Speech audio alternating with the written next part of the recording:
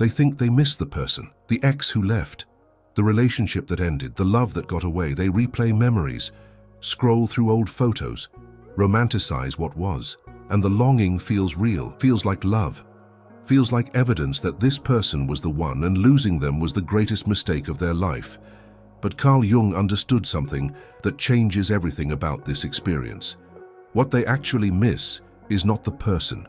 It is the chaos, the drama, the intensity. The emotional roller coaster that felt like love because it was familiar, because it matched the template installed in childhood. The template that says love is supposed to hurt, to be unpredictable, to keep you anxious, to require constant effort to earn it. And now that the relationship is over, now that the chaos has ended, there is a void, a quiet. And the psyche, programmed to associate chaos with love, interprets this quiet as loneliness, as loss, as something to fix by getting the person back. But what they are actually experiencing is withdrawal, not from love, from chaos, from the familiar pattern, from the drama that felt like home because home was dramatic. And Jung taught that until you see this clearly, until you understand that you are not grieving a person but mourning the loss of a familiar dysfunction, you will keep recreating it. Keep choosing people who provide the same chaos. Keep calling it love when it is actually trauma repetition. Jung identified what he called complexes, psychological patterns formed in childhood that become autonomous within the psyche.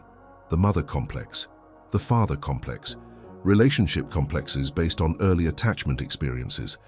And these complexes do not just influence behavior, they create attraction.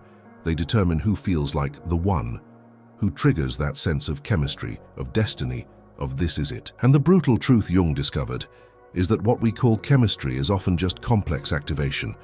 The unconscious recognizing someone who matches the template, who will recreate the familiar dynamic, who will play the role we need them to play so we can repeat the pattern we learned in childhood. If their first experience of love was inconsistent, they are attracted to unavailable people.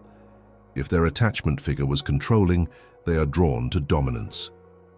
If home was chaotic, calm feels wrong and drama feels right. And they do not choose this consciously. The complex chooses. The unconscious pattern seeks its repetition. And they experience it as falling in love, as finding someone special, when what they actually found is someone who matches their wound. This is why they miss the chaos, why they romanticize the relationship that was objectively terrible, why they remember the good moments and forget the constant anxiety, the emotional neglect, the manipulation, the pain. Because the good moments felt earned, felt like winning, felt like finally getting from this person what they never got from their parent. And that feeling, that sense of earning love from someone unavailable, is what their complex craves. Not stable love, not consistent care, not peaceful partnership, but the intermittent reinforcement. The cycle of rejection and reconciliation. The chaos that keeps them hooked, because chaos is what love looked like in their formative years. And now, without the chaos, without the person who provided it, they feel empty. Not because they lost love, but because they lost the familiar pattern, lost the dynamic their complex knows how to navigate, lost the chaos that, despite the pain, felt like home. Today, they are going to see the 4 forms of chaos people confuse with love. The intermittent reinforcement that creates addiction, the emotional volatility that feels like passion, the push-pull dynamic that seems like chemistry, and the constant drama that masquerades as depth. Look at these 4 forms.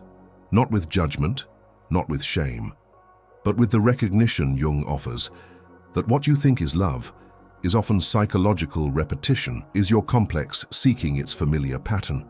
Is your wounded inner child trying to finally win approval from the unavailable parent by choosing partners who recreate that unavailability?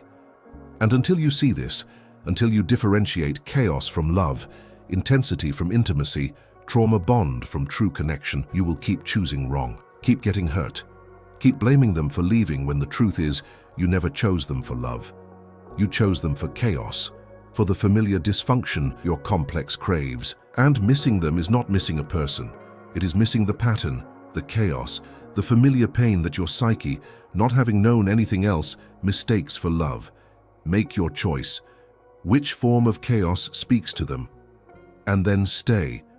Because what comes next will not romanticize their pain, it will show them why they keep choosing it, keep recreating it, and how to finally, through individuation, break free from the complex that has been running their relationships and discover what love actually is when it is not confused with chaos.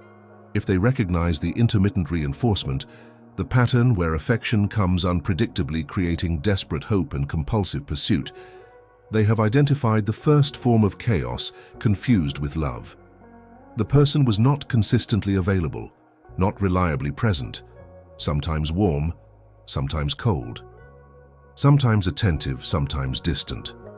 And this inconsistency created what behavioral psychology calls intermittent reinforcement, the most powerful form of conditioning. Unpredictable rewards create obsessive behavior, and in relationships, unpredictable affection creates what feels like intense love but is actually addiction. They became addicted to the moments of connection, to the occasional warmth, to the rare instances when the person showed up, paid attention, made them feel chosen.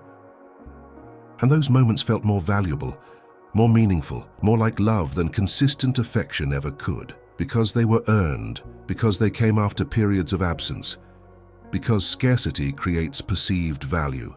If this is what they miss, they are not missing a person. They are experiencing withdrawal from the intermittent reinforcement, from the addiction their relationship became. And Jung understood this as complex-driven compulsion masquerading as love. They developed this attraction to intermittent reinforcement in childhood. Maybe they had a parent who was sometimes loving, sometimes cold. And they learned, love is something you chase, something unpredictable, something you earn through perfect behavior, through reading moods, through managing the other person's emotional state. Or maybe their parent was emotionally unavailable except in rare moments, and those rare moments of attention became precious, became what they lived for, became their definition of love. So now as adults, consistent affection feels boring, feels like something is missing, because what is missing is the chase, the anxiety, the desperate hope that this time they will earn the love. Consistent partners feel flat. Predictable partners seem unexciting because their complex, their unconscious pattern is calibrated to intermittent reinforcement, to the high of occasional connection after extended distance, to the relief of reconciliation after conflict, to the addictive cycle of rejection and return that keeps them hooked.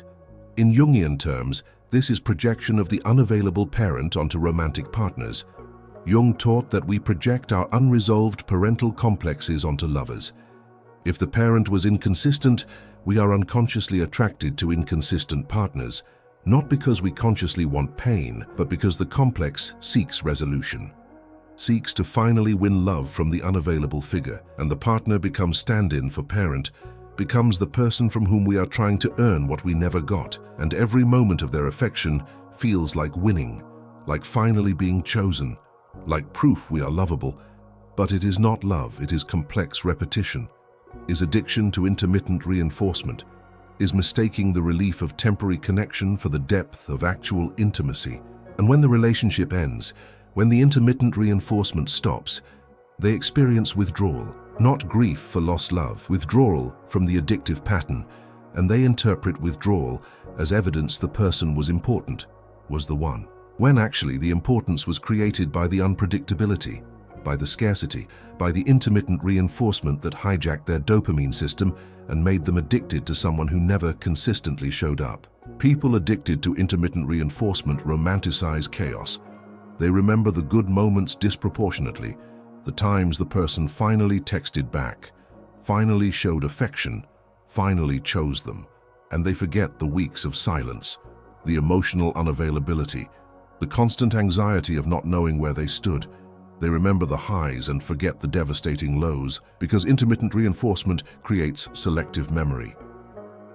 The occasional rewards become so precious, so valued, that they overshadow the constant rejection. And now that it is over, they miss those moments, miss the hope, miss the possibility that this time would be different, miss the addiction to chasing someone who never consistently chose them. And they call this missing the person, call it evidence of love, when it is evidence of addiction, of complex-driven compulsion, of mistaking the desperate pursuit of inconsistent affection for romantic love.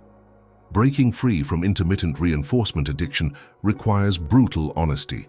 They must see that what they experienced was not love, was conditioning, was their dopamine system being hijacked by unpredictable rewards. They must list every instance of unavailability, every time the person disappeared, every moment of emotional coldness, and recognize, this is what I am romanticizing. This is what I am calling love. This inconsistent, anxiety-producing, emotionally devastating pattern. And then they must ask Jung's question, who does this person remind me of? Which parent was inconsistent?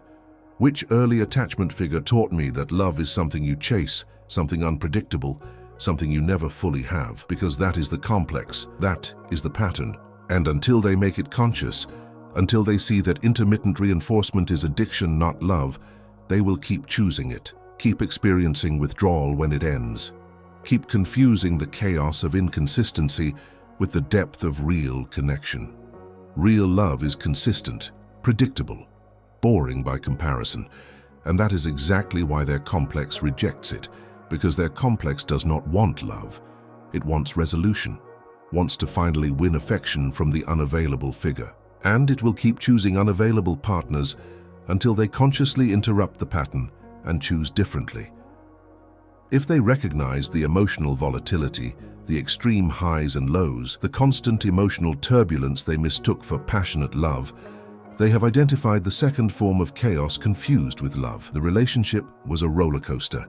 Intense fights followed by intense reconciliations, dramatic breakups followed by passionate reunions, emotional extremes that felt like depth, like intensity, like proof that what they had mattered. Because calm relationships felt flat by comparison, stable partnerships seemed boring, and they concluded that the emotional volatility, the constant drama, the perpetual crisis was evidence of real love, of passion, of the kind of connection worth fighting for. If this is what they miss, they are not missing love. They are missing the adrenaline, the cortisol, the stress hormones that emotional volatility produces, and Jung understood this as trauma bond, as the psyche confusing physiological activation with emotional connection, as mistaking the chaos of dysregulation for the depth of intimate love. They learned to associate volatility with passion in childhood. Maybe their parents had a volatile relationship, constant fighting, dramatic reconciliations, emotional extremes normalized as what love looks like. Or maybe one parent was emotionally volatile, raging one moment, affectionate the next, and they learned that emotional unpredictability equals intensity, equals love. So now, as adults, stable relationships feel wrong. Partners who are consistently calm seem emotionally unavailable. Relationships without drama feel like something is missing, because what is missing is the volatility, the emotional chaos. The physiological activation their nervous system was conditioned to associate with connection. Calm feels like disconnection. Peace feels like absence of love. Because their template for love includes volatility, requires drama, cannot recognize connection without chaos. In Jungian psychology, this is the negative anima or animus projection. Jung taught that we project our inner opposite. Men project anima, feminine, women project animus, masculine, onto partners. And when that inner figure is wounded, developed through volatile early relationships, the projection seeks volatile partners, seeks emotional extremes, seeks the drama that matches the internal chaos. If their anima or animus developed in an environment of emotional volatility, calm partners will not activate the projection, will not feel like the one. Only volatile partners, partners who create emotional drama, will trigger the sense of destiny, of chemistry, of this is real love. Because the projection recognizes its match, recognizes the volatility that shaped it, and the person mistakes projection for truth, mistakes chaos for passion, mistakes trauma activation for romantic love. People addicted to emotional volatility cannot sustain healthy relationships. They sabotage calm. They create drama when there is none. They pick fights to generate intensity, because without the volatility, they feel disconnected, feel like the relationship is dying. Feel like they are losing the person even when the person is right there being consistently present. So they create chaos, not consciously, not maliciously, but compulsively, because their nervous system calibrated to volatility, interprets calm as danger, as disconnection, as abandonment, so it creates crisis to re-establish the familiar pattern, to generate the emotional intensity their system recognizes as connection. And when the relationship inevitably ends, when the other person can no longer tolerate the constant drama, they experience loss. But what they lost was not love. What they lost was the volatility, the emotional chaos, the physiological activation they confused with passion. Breaking free from volatility addiction requires nervous system work. They must recognize that what they call passion is actually dysregulation. Is their body in fight or flight? Is cortisol and adrenaline flooding their system during conflict and reconciliation, creating the biochemical experience they associate with love? But love is not adrenaline. Love is oxytocin, is the calm, secure, regulated state that comes from consistent safety, from emotional stability, from partners who are predictably present. And that calm will feel wrong initially, will trigger anxiety, will make them want to create drama to generate the familiar intensity. The work is sitting with the discomfort, letting the nervous system recalibrate, learning that calm is connection, not disconnection, that stable is secure, not boring, that predictable is safe, not flat.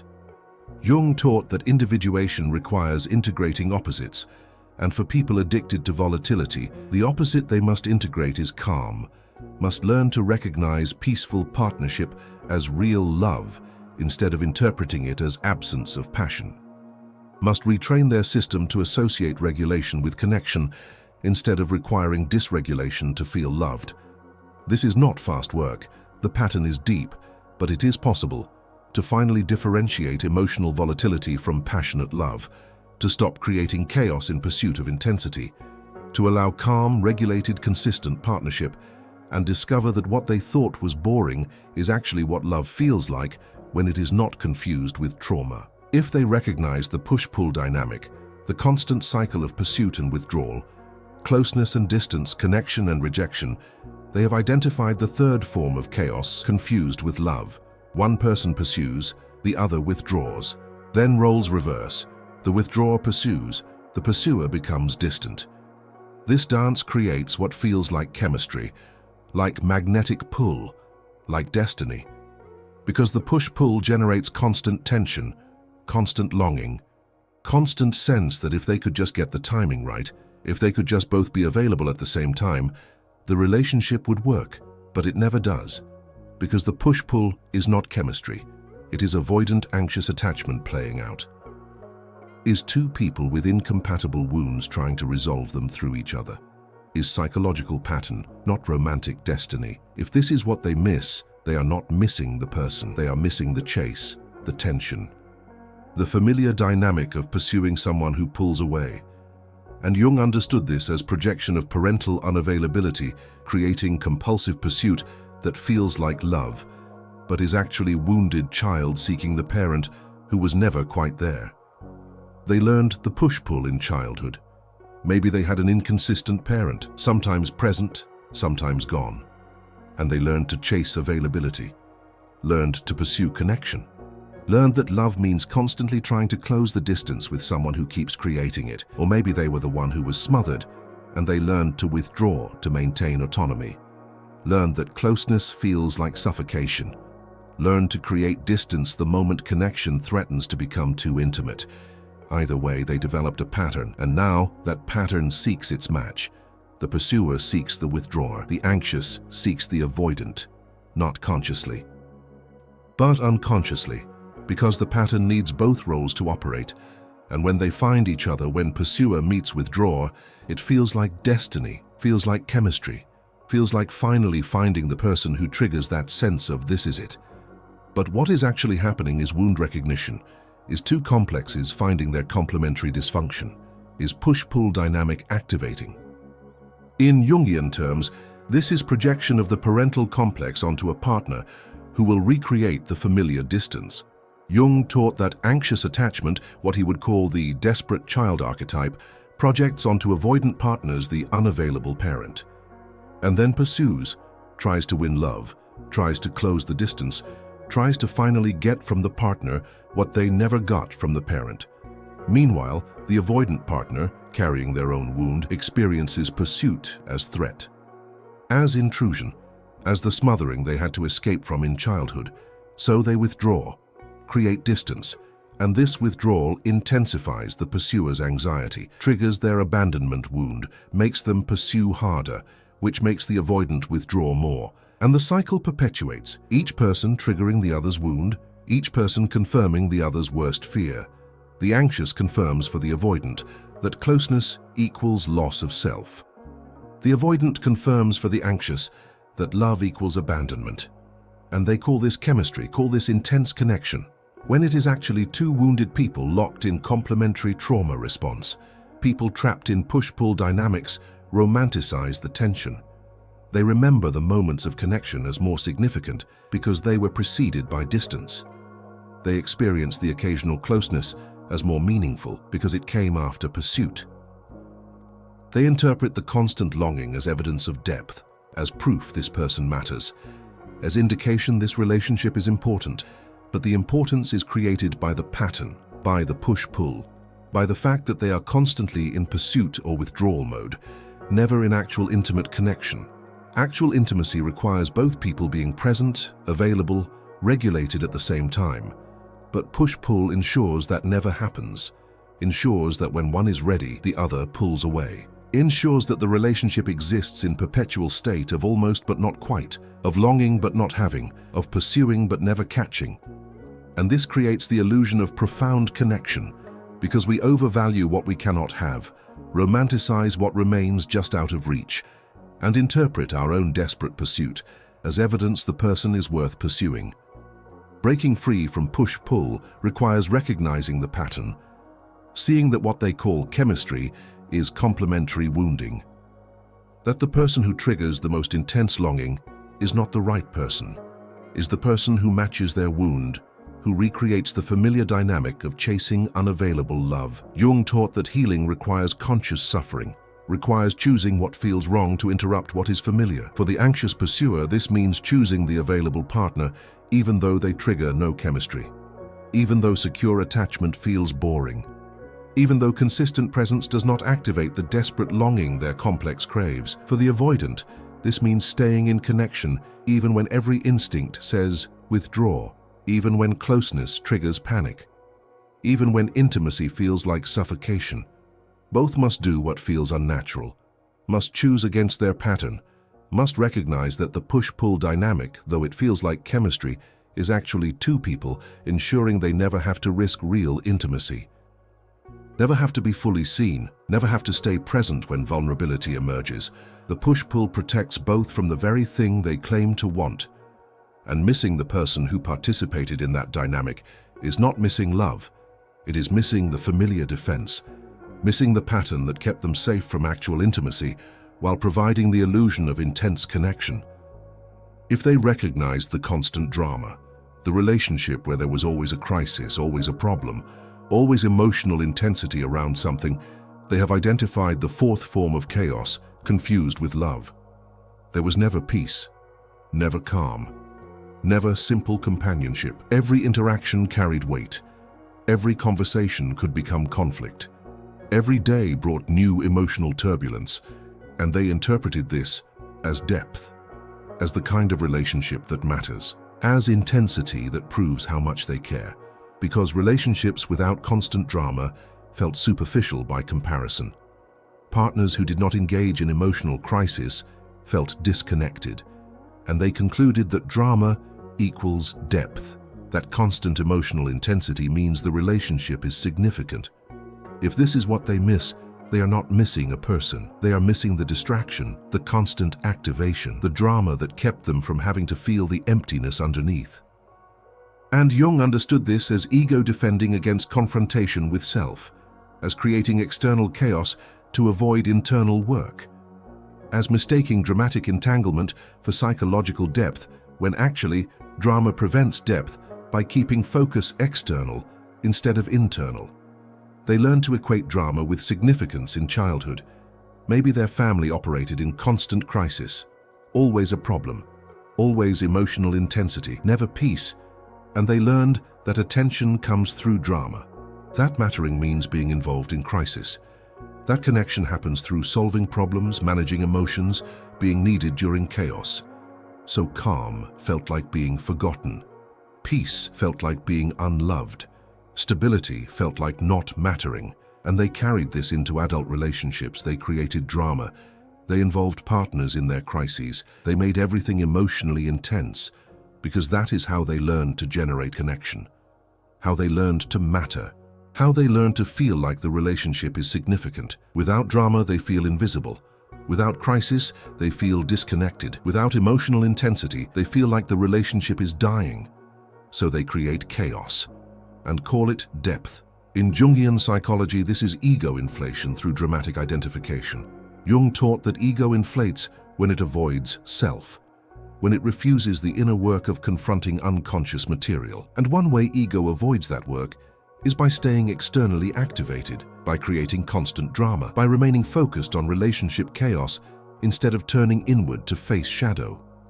Drama keeps ego busy, keeps it feeling important, keeps it from having to sit with the quiet that would allow unconscious material to surface. If they are always in crisis, always managing emotional turbulence, always caught in relationship drama, they never have to face themselves, never have to do the inner work.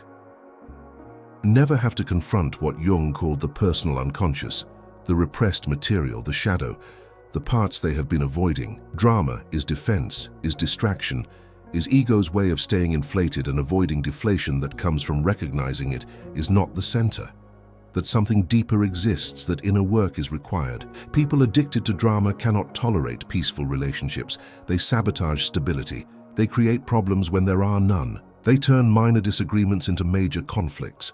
They make everything about the relationship instead of allowing the relationship to simply be. Because simply being feels like nothing, feels empty, feels like the relationship does not matter. Their ego, calibrated to chaos, requires constant activation to feel like the relationship is significant. So they generate significance through drama, through crisis, through emotional intensity. And when the partner inevitably exhausts from the constant turbulence and leaves, they experience loss. But what they lost was not depth. What they lost was the drama, the constant activation, the external chaos that protected them from having to face internal emptiness. And they romanticize what was, remember the intensity as evidence of profound connection, forget that the intensity was manufactured, that the drama was compulsive, that the depth they claim to have had was actually superficiality dressed up as significance. Breaking free from drama addiction requires what Jung called active imagination, requires turning inward, requires sitting with quiet instead of creating chaos, requires allowing the relationship to be calm and discovering that calm does not mean disconnection. It means safety. It means both people are regulated enough that drama is not required to feel connected. The work is recognizing when they are creating drama, catching the impulse to turn something minor into something major, noticing when they are making everything about the relationship instead of just living, and stopping, sitting with the discomfort of peace, allowing the quiet, and using that quiet to turn inward, to do the shadow work, to confront the unconscious material they have been avoiding through constant external activation. Jung taught that real depth comes from inner work, not relationship drama, comes from integrating shadow, confronting complexes, engaging with dreams and unconscious material. That is psychological depth. Relationship drama is avoidance of depth disguised as intensity. And until they see this, until they differentiate chaos from connection, manufactured crisis from authentic intimacy, they will keep creating drama, keep choosing dramatic partners, keep confusing the exhausting intensity of constant conflict with the profound connection of two people doing inner work together. Real love is boring by comparison, calm, regulated, free of constant crisis. And that freedom is what allows actual depth, not dramatic depth, psychological depth, the kind that comes from two individuated people who do not need relationship chaos because they are each doing their own inner work. Now that they have seen the four forms of chaos confused with love, intermittent reinforcement, emotional volatility, push-pull dynamics, constant drama, It is time to integrate what Carl Jung discovered about why we choose these patterns. We do not choose chaos randomly. We choose it because it is familiar, because it matches the template installed in childhood, because our complexes, autonomous psychological structures formed through early experience, seek their repetition. And what we call falling in love is often just complex activation, is the unconscious recognizing someone who will recreate the familiar pattern, who will play the role we need them to play so we can attempt to resolve what was never resolved with parents. Jung understood that we project our unfinished business onto partners, project the unavailable parent onto unavailable lovers, project the volatile parent onto volatile partners, project our own disowned material onto others, and then pursue them desperately trying to integrate what we refuse to integrate within ourselves. And this creates what feels like intense love, like chemistry, like destiny, when actually it is psychological compulsion, is complex-driven repetition, is mistaking trauma activation for romantic connection. Jung taught that individuation, the process of becoming psychologically whole, requires making these patterns conscious, requires recognizing that the person you are attracted to is not neutral, is not random, is specifically someone who matches your wound, who activates your complex, who allows you to repeat the pattern you learned in childhood. And until you see this, until you make the unconscious conscious, you are not choosing partners. Your complex is choosing, your wound is choosing, your unresolved childhood material is choosing, and it will always choose chaos. Because chaos is familiar. Because your nervous system, your emotional patterns, your psychological structures were formed in chaos, and they seek to recreate it. Not because you consciously want pain, but because the unconscious seeks repetition until the pattern is made conscious and interrupted. Jung believed that symptoms and compulsive relationship patterns are symptoms persist until they are seen, until they are understood, until the unconscious material driving them is brought into consciousness and integrated. The four forms of chaos all serve the same function. They keep you activated, keep you focused externally, keep you from having to face yourself. Intermittent reinforcement keeps you chasing. Volatility keeps you dysregulated. Push-pull keeps you longing. Drama keeps you distracted. And as long as you are activated, dysregulated, longing, or distracted, you do not have to do inner work. Do not have to confront shadow. Do not have to integrate the disowned parts. Do not have to face the emptiness, the grief, the rage, the pain you have been avoiding since childhood. The chaos protects you from yourself, and your complex chooses partners who will provide that protection, will provide the chaos, will keep you externally focused so you never turn inward. And you experience this as love, as intense connection, as evidence the person matters, when what actually matters is the defense. Is the protection from having to face what Jung called the personal unconscious, the material you have spent your life repressing, the shadow you refuse to integrate, the complexes you refuse to make conscious. Jung's breakthrough was recognizing that healing does not come from finding the right person. It comes from becoming the right person, from doing your own inner work, from making your complexes conscious so they stop choosing your partners, from integrating shadow so you stop projecting it, from resolving parental material so you stop seeking parents in lovers. This is individuation. This is psychological maturity. And it requires something most people refuse. It requires choosing the boring partner, the one who does not activate chaos, the one who feels too calm, too stable, too predictable, the one who triggers no chemistry because they match no wound. The one your complex rejects precisely because they will not recreate the familiar dysfunction. Choosing that partner, staying with them even though every cell in your body says this is wrong, is how you interrupt the pattern, how you stop choosing chaos, how you finally differentiate love from trauma repetition. But here is what Jung also understood. Most people will not do this, will keep choosing chaos, will keep mistaking activation for attraction, will keep pursuing partners who match their wounds, will keep experiencing the intense highs of complex activation and calling it love. And when those relationships end, as they always do, will keep believing they lost something significant, lost the one, lost real love, when what they actually lost was familiar dysfunction, lost the pattern, lost the chaos that felt like home. And until they are ready to face themselves, ready to do inner work, ready to make the unconscious conscious, they will keep repeating, keep choosing wrong, keep experiencing the same outcome with different people, keep wondering why love never works, when love was never what they were choosing. They were choosing chaos. And until chaos stops feeling like love, until they do the work of differentiating intensity from intimacy, trauma activation from genuine connection, familiar pattern from healthy relationship, nothing changes. The faces change, the circumstances change, but the pattern remains. And the pattern, not the person, is what they actually miss when relationships end.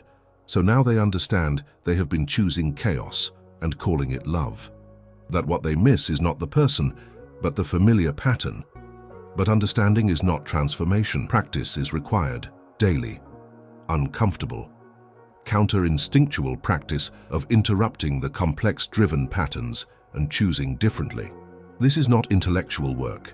This is behavioral work, nervous system work, the kind that requires doing what feels wrong to rewire what is familiar. Here is how they actually stop choosing chaos and start recognizing real love. The first practice is complex identification.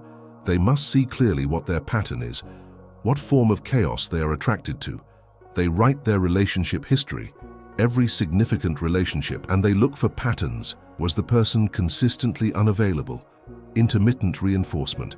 Was the relationship emotionally volatile? Volatility addiction. Was there constant pursuit and withdrawal? Push-pull. Was there always drama? Chaos addiction. They identify the pattern, and then they trace it back. Which parent was this?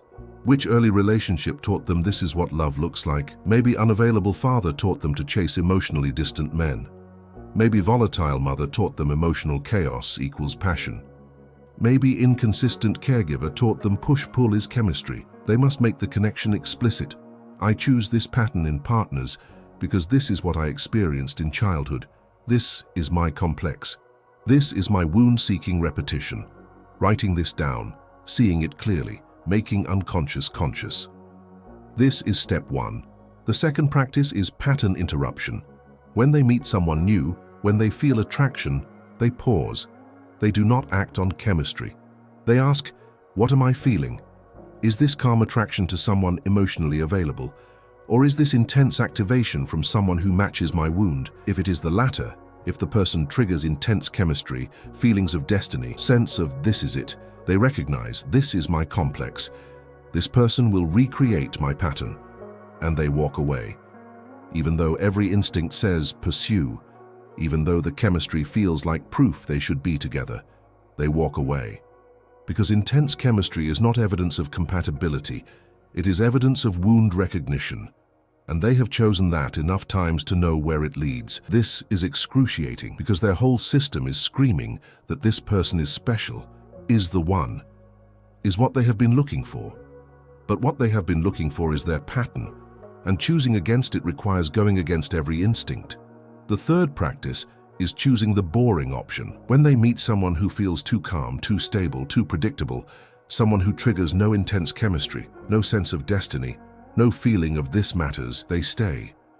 They date this person, even though it feels wrong, even though their system is saying this person is not it, even though there is no chaos to chase, no volatility to manage, no push-pull to navigate, no drama to engage. They stay. They give the relationship time. They allow their nervous system to recalibrate, to learn that calm is not disconnection, that stable is not boring, that predictable is safe, not flat. This will feel like settling initially, will feel like choosing someone they are not attracted to, will feel like forcing something that should be natural. But the feelings are lying, the feelings are calibrated to chaos, and calm will always feel wrong until the nervous system repatterns, so they practice staying, practice allowing safe partnership. Practice being with someone who is consistently present, reliably available, emotionally regulated, and gradually, if they stay long enough, something shifts. The nervous system begins to recognize safety as connection, calm as intimacy, predictability as security. And what felt boring begins to feel good, not dramatic good, regulated good, real good. The fourth practice is inner work instead of relationship work. When they feel the urge to create drama, to manufacture crisis, To make something out of nothing, they turn inward instead. They ask, what am I avoiding by creating this drama? What would I have to feel if I allowed this to be calm?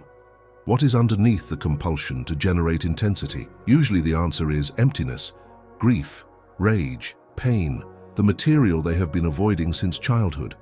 So instead of creating external chaos, they sit with internal discomfort. They journal, they cry. They rage in private. They feel the feelings they have been running from their entire life. They do active imagination with the wounded child part that learned chaos equals love. They dialogue with it, ask what it needs, offer it safety it never had. This is the real work, not finding the right partner, but healing the parts that keep choosing wrong. Jung taught that partners are mirrors. They show us our unintegrated material, our shadow, our complexes, our wounds. And the work is not changing them. It is integrating what they reveal. Every time they feel drawn to chaos, they have an opportunity, not to pursue the chaos, but to understand what in them is seeking it, what wound is trying to repeat, what complex is activating, and to choose differently, to choose inner work over external pursuit, to choose integration over projection, to choose consciousness over compulsion. This is how patterns break, not by finding someone different, but by becoming someone different, someone who no longer needs chaos to feel alive, someone who can recognize love when it is not confused with trauma. They have walked through something today that most people spend their entire lives avoiding. They have seen that what they called love was often chaos, that the person they think they miss is actually the pattern they miss, the familiar dysfunction, the comfortable discomfort, the chaos that felt like home because home was chaotic. Carl Jung spent his career showing that we do not choose partners randomly. We choose them based on complexes formed in childhood, based on patterns installed before we had language to name them, based on wounds that seek their repetition until made conscious and healed. And most people never make this conscious. They keep choosing the same pattern with different faces, keep experiencing intense chemistry with people who will ultimately hurt them. Keep mistaking trauma activation for romantic love. Keep pursuing chaos and calling it destiny. And when those relationships inevitably end, they grieve. They believe they lost something real, something significant. When what they lost was familiar dysfunction. Was the pattern playing out one more time? Was chaos that their wounded system recognized as love because chaos was what love looked like in formative years? Carl Jung taught that individuation, becoming psychologically whole, requires making the unconscious conscious, requires seeing the patterns, recognizing the complexes, understanding that what you are attracted to is not neutral, is specifically what matches your wound, and until you see this, you are not free. You are compulsively repeating, you are choosing based on unconscious material, you are being run by complexes instead of making conscious choices. And the relationships that result are not love. They are psychological repetition. They are your wounded inner child seeking the parent who was never quite there, seeking to finally win love from the unavailable figure, seeking to earn consistency from the inconsistent source, seeking to survive the volatility that taught you chaos equals connection. And you will keep seeking until you finally stop, until you turn inward, until you do the work of healing the wound instead of seeking partners to recreate it. But here is what Jung also understood, that healing is possible, that patterns can break, that complexes can become conscious and lose their autonomous power, that you can learn to differentiate chaos from love, intensity from intimacy, familiar dysfunction from healthy connection. But it requires what most people refuse. It requires choosing against instinct, requires walking away from intense chemistry, requires staying with boring stability, requires doing inner work instead of relationship work, requires facing yourself instead of losing yourself in another, requires becoming the person who no longer needs chaos to feel alive, who can recognize love when it is calm, who can value stability over intensity, who can be present with someone emotionally available instead of constantly chasing someone who pulls away. This transformation is not fast. The patterns are deep. The complexes are old. The nervous system has been calibrated to chaos for decades. But it is possible through conscious awareness, through pattern interruption, through choosing differently even when it feels wrong, through inner work that addresses the wound instead of projecting it onto partners. Which form of chaos did they recognize? Intermittent reinforcement, emotional volatility, push-pull dynamics, constant drama, and having recognized it, what will they do? Will they keep choosing it? Keep pursuing partners who match their wound? Keep mistaking trauma activation for love? Keep believing that intense chemistry means the person is right, when actually it means the person matches their dysfunction? Or will they finally interrupt the pattern? Choose the calm partner, even though they trigger no chemistry. Stay with stability, even though it feels boring. Do inner work, even though it is uncomfortable. Share which chaos they recognized. Their awareness might help someone else see that what they call love might actually be compulsive repetition. Subscribe for more Jung on relationship patterns, complexes, and choosing real love over familiar chaos. 2 more videos appearing now. Choose one to continue. Until we meet again, remember this. You don't miss the person. You miss the chaos that felt like love. You miss the pattern, the familiar dysfunction, the comfortable discomfort, the intensity your wounded system recognizes as connection, because connection in childhood came with chaos. But chaos is not love. Intensity is not intimacy. Chemistry is not compatibility. Trauma activation is not romantic destiny.